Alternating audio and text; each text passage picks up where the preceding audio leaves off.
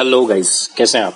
My name is सी विवेक धर्मशी और आज हम लोग और एक वीडियो बना रहे हैं और ये जो वीडियो है ये है पार्टनरशिप एक्ट 1932 का पार्ट 9। यस, हमने इसके पहले 8 पार्ट्स खत्म कर लिए हैं। ये हमारा पार्ट 9 चल रहा है और वेरी स्मॉल इट इज। और इस पार्ट में हम लोग सिर्फ और सिर्फ position of minor partner in the firm पर डिस्कस करेंगे। तो माइनर अगर एक पार्टनरशिप फर्म में एडमिट होता है तो उसके रिलेटेड क्या कोई प्रोविजंस है, क्या कोई रूल्स हैं, इसके लिए हम लोग ये पार्ट 9 देख रहे हैं। श्योर। तो बहुत ही छोटा सा पार्ट है, जल्दी से शुरू करते हैं। चलिए, अब सबसे पहले ये जो चार्ट है मैं रेकमेंड करूंगा कि आप अपने नोट्स जब बनाएं तो इसको अपने बुक में लिख लें अच्छी तरह से। अब ये जो चार्ट है ये कहता है, बिल्कुल ध्यान से देखिए, जहां मैं अंडरलाइन करता हूं पहले वही डब्बा देखना है। ये कहता है कि पहले तो a minor can't be admitted as a partner, he can be admitted only for the benefits of firm. Okay, this is first point कि एक माइनर एज अ पार्टनर बोलकर फर्म में एडमिट नहीं हो सकता। हाँ, but he can be admitted only for benefits, only for profits. He will not share losses. So partner, जब आप पार्टनर बोलकर एडमिट करते हो तो ऑब्वियसली पार्टनर जैसे प्रॉफिट में शेयरिंग लेता है वैसे लॉस में भी शेयर करता है। लेकिन अगर आप एक माइनर को एडमिट कर रहे हो तो आप बोलेंगे we can admit only for the benefits, मतलब he the minor will not share for the losses. That is first thing.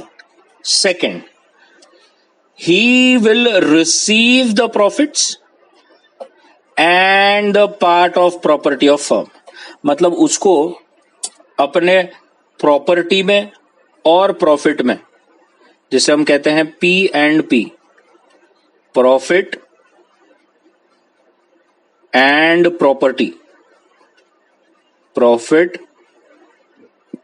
And property में हिस्सा मिलेगा। थर्ड, उसके पास बुक्स ऑफ अकाउंट्स चेक करने का भी अधिकार होगा। लेकिन इसमें एक पॉइंट मैं आपको खास कर बता दूं, अगर बाकी सब पार्टनर्स चाहते हैं कि कुछ ऐसी बुक्स हैं जो कॉन्फिडेंशियल है, जो माइनर को नहीं बतानी चाहिए और वो बुक का प्रॉफिट या प्रॉपर्टी से कोई लेना देना नहीं है, तो याद रखें कि वो माइनर को वो बुक्स नहीं बताएंगे and that is okay. Please make a note of this. He has the right to access books of accounts, I'm again repeating, but such matters which are confidential in nature, other major partners has that right कि वो minor से छुपा सकते हैं और minor को उसको देखने का कोई अधिकार भी नहीं है। सो पहला पॉइंट क्या था कि आप उसको एज अ पार्टनर नहीं बल्कि एज अ सिर्फ प्रॉफिट्स में शेयरिंग होगा, ऐसा मतलब only for the benefits admit कर सकते हो। उसको प्रॉफिट में और अपनी प्रॉपर्टी में हिस्सा मिलेगा, उसको बुक्स देखने का भी अधिकार है। याद रखें कि कल जाकर अगर कोई फर्म में लॉस हो जाता है, लायबिलिटी चुकाने को आता है, डिसॉल्व हो जाता है, तो he is not personally liable, वो पर्सनली लायबल नहीं रहेगा। हां, उसका जो शेयर है, उसका जो शेयर है प्रॉपर्टी में, वो हद तक आप उसको लायबल करवा सकते हो।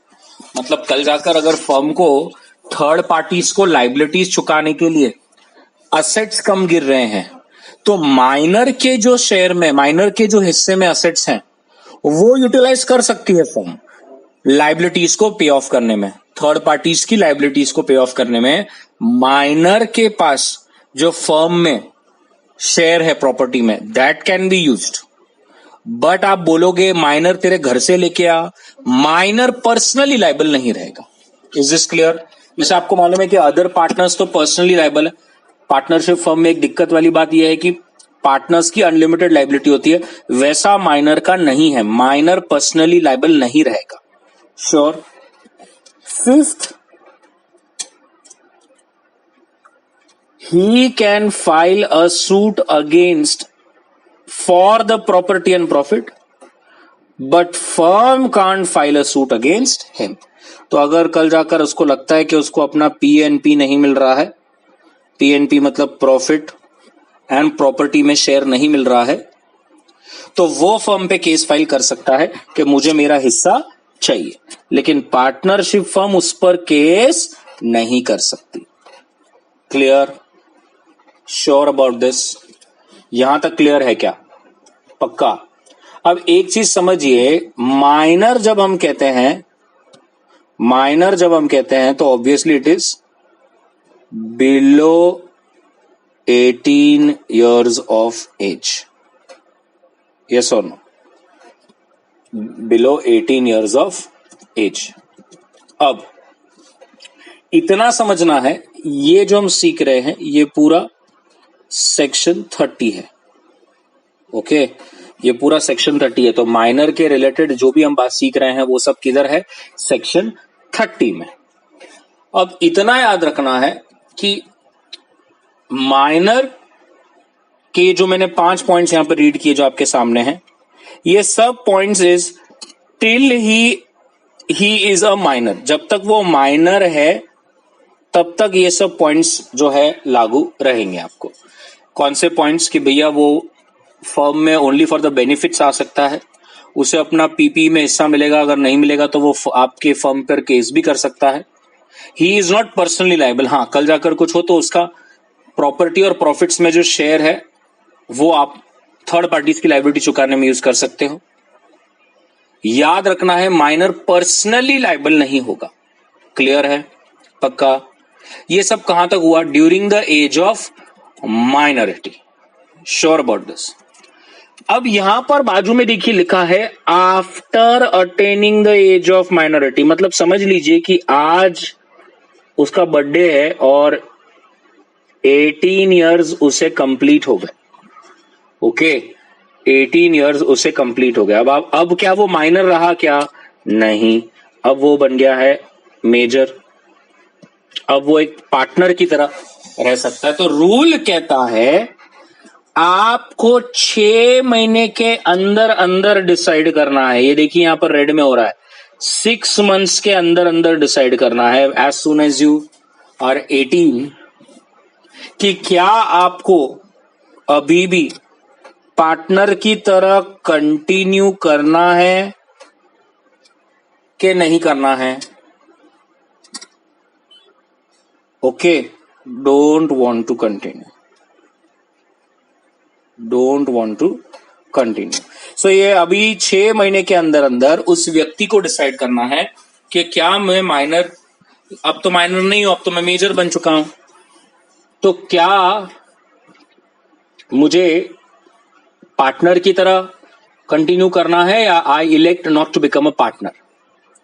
कि समझ लीजिए कि उसने बोल दिया कि मेरे को नहीं बनना है, तो बात खत्म हो गई। अब वहां से ही अब आपका और फर्म का जो रिश्ता है वो खत्म हो गया, छूट गया। अब और समझ लीजिए कि उसने बोल दिया कि हाँ मुझे बनना है, तो बनना है या नहीं बनना आप देख सकते हैं। मैंने यहां पर एक दोनों डब्बे बनाए हुए हैं। इस 2 डब्बे में रीड करूं उसके पहले हम ऐसा भी एक कंसिडर कर लें कि अगर उसने कोई जवाब ही नहीं दिया, नो रिप्लाई, समझ लीजिए 6 महीने तक उसने कुछ भी नहीं बोला, ना हाँ बोला ना बोला, तो अब क्या करें?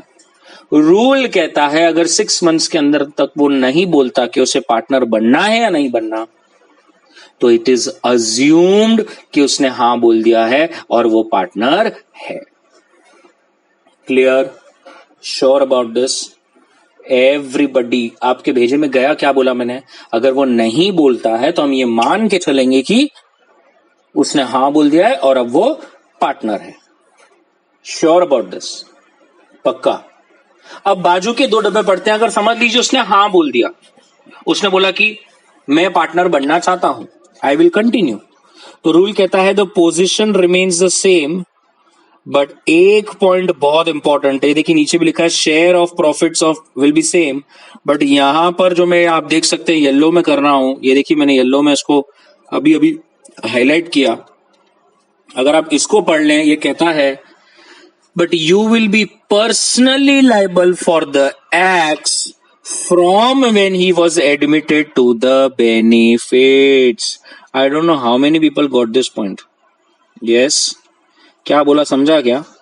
ये बोल रहा है, इसका मतलब समझ लीजिए अब, when the at the age of 14 a person was appointed only for the benefits of firm. ठीक है, जब वो 14 ईयर का था, एक लड़का था राजू बोलकर, जब उसका 14th बर्थडे था तो उसको एक पार्टनरशिप फर्म में for the benefits only partner बनाया गया था. ठीक है, अब 18 साल आज हो गए, मतलब 4 साल से वो पार्टनर है. यस, आज उसको 4 साल हो गए. पॉइंट ये कह रहा है कि अगर आज उसने ये डिसाइड कर लिया कि मुझे पार्टनर बनना है, मैं आगे कंटिन्यू करूंगा, तो गाइस पॉइंट ये कह रहा है आज से नहीं. आप कब एडमिट हुए थे? अरे मैं I was admitted in the firm last 4 years back. हाँ, तो तब से लेकर आज तक जितनी भी लाइबिलिटीज इंकर हुई है, अब आप उसके लिए भी लाइबल रहेंगे. आप समझ रहे हैं? मतलब डिसीजन आज लिया आपने कि मैं प्रॉपर पार्टनर बनना चाहूंगा, लेकिन अगर आपका हाँ है तो आप आज से होने वाली सब लाइबिलिटीज के लिए नहीं, जब से आप फर्म में एज अ माइनर अपॉइंट हुए थे वहां से लेकर जितनी भी लाइबिलिटीज है, आप उस सब के लिए लाइबल रहेंगे. क्या आपको समझ में आ गया ये वाला पार्ट? Sure about this. और इधर लिखा है अगर आपने रिजेक्ट कर दिया तो रूल कहता है the liabilities as a partner will be the same obviously till the time you give the notice, and after the notice you are not liable for further liabilities. आप अपना पीपी लेके जा सकते हैं, प्रॉफिट या आपका प्रॉपर्टी में जो शेयर है, और अगर वो नहीं मिलता तो रूल कहता है आप उसके लिए केस फाइल कर सकते हो. तो हमने पहले भी देख लिया कि एक माइनर के पास उतना अधिकार होता है कि अगर वो ना कह दे तो फिर उसके राइट्स और लाइबिलिटीज जो है वो कंटिन्यू रहेंगे. उसके बाद नोटिस के बाद वो कोई भी चीज के लिए लाइबल नहीं रहेगा, और उसको अपना प्रॉपर्टी और प्रॉफिट्स में शेयर मिल लेना चाहिए, और अगर वो नहीं मिलता तो वो उस पर केस कर सकता है. Clear? Sure about this, everybody. So this was section 30 of Partnership Act, specifically talking about minor who is admitted only for the benefits in a partnership firm. Sure about this, everybody. I will strongly recommend कि आप इसको पूरा chart की तरह अच्छी तरह से बना लें अपने बुक्स में, नोट्स की तरह से. It becomes very easy for you to revise एकदम अच्छी तरह से. इतना याद रखना है, माइनर की लाइबिलिटी रहेगी but only to the extent of share in the PP, that is profits and property. Minor का कभी कभी कभी भी पर्सनल लाइबिलिटी नहीं होता, क्योंकि माइनर को आप इंसॉल्वेंट डिक्लेयर नहीं कर सकते. Are you getting this? Everybody sure about this? पक्का? चलिए, that's it. If you like this video, share it with your friends and so that it benefits more people. Sure. Thank you very much. Bye bye.